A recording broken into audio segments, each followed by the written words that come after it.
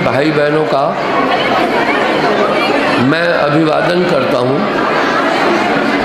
जो मेरे 75वें जन्मदिन पर बधाई देने पहुंचे।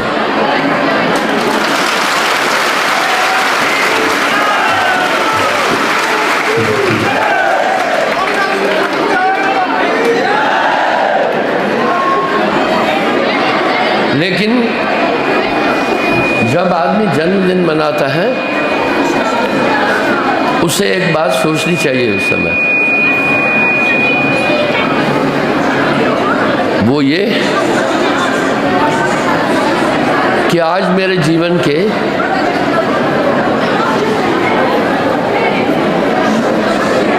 75 साल गुजर चुके।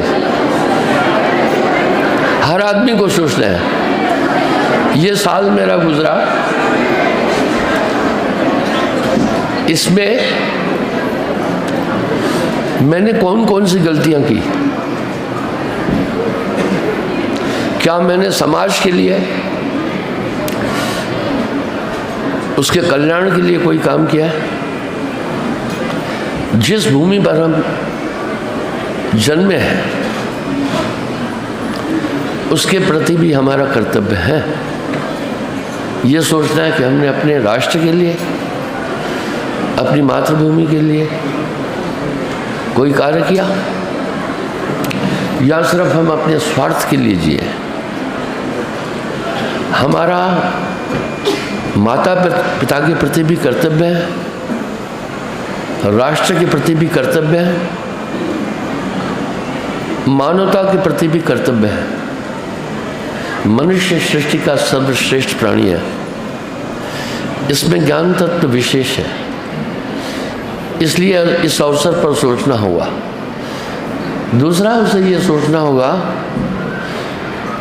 क्या मैं सिर्फ भौतिक जीवन की आवश्यकताओं की पूर्ति कर रहा हूँ या नहीं, क्या मैं अपने इस मानव जीवन के लक्ष्य की तरफ बढ़ रहा हूँ कि नहीं, मैंने मानव जीवन और अपनी आत्मा के कल्याण के लिए कोई रास्ता अपनाया और मैं उस पर चल पाया हूँ कि नहीं, मैंने इस वर्ष में कभी किसी को कष्ट तो नहीं दिया। परहित सरस धर्म नहीं भाई, पर पीड़ा सब नहीं हतमाई।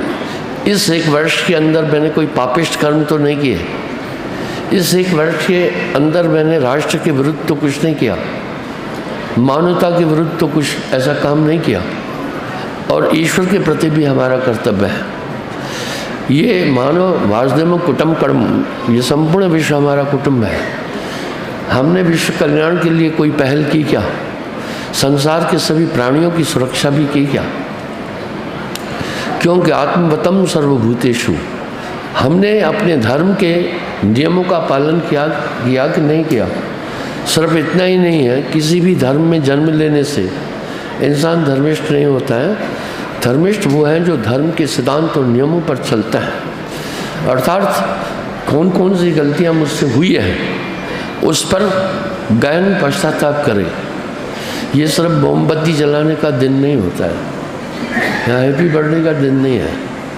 इस दिन हमें गंभीरता से अपने जीवन, अपने वर्ष के सभी क्रियाकलापों के विषय में चिंतन करना होता है, जिससे फिर हम आगे वो गलतियां न दोहराएं जो हम कर चुके हैं। एक श्लोक है संस्कृत का, उसका भावार्थ है कि सच्चे पश्चाताप से पाप नष्ट हो जाते हैं। यानी जब आदमी कोई गलती करके उस पर गहराई से चिंतन करता है तो उसके वो पाप नष्ट हो जाते हैं। क्यों हो जाते हैं?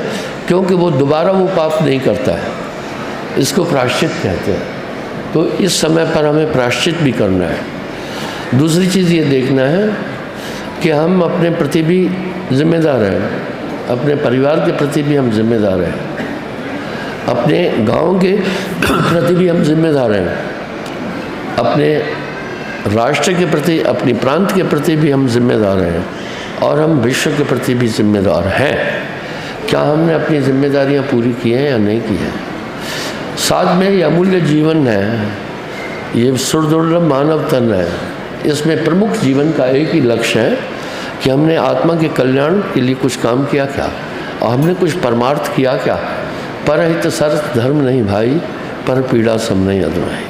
हमें इस अवसर पर इन बातों पर गहनता से चिंतन करना होता है। ये दिन सिर्फ ढोल धमाके का नहीं है। धन्यवाद।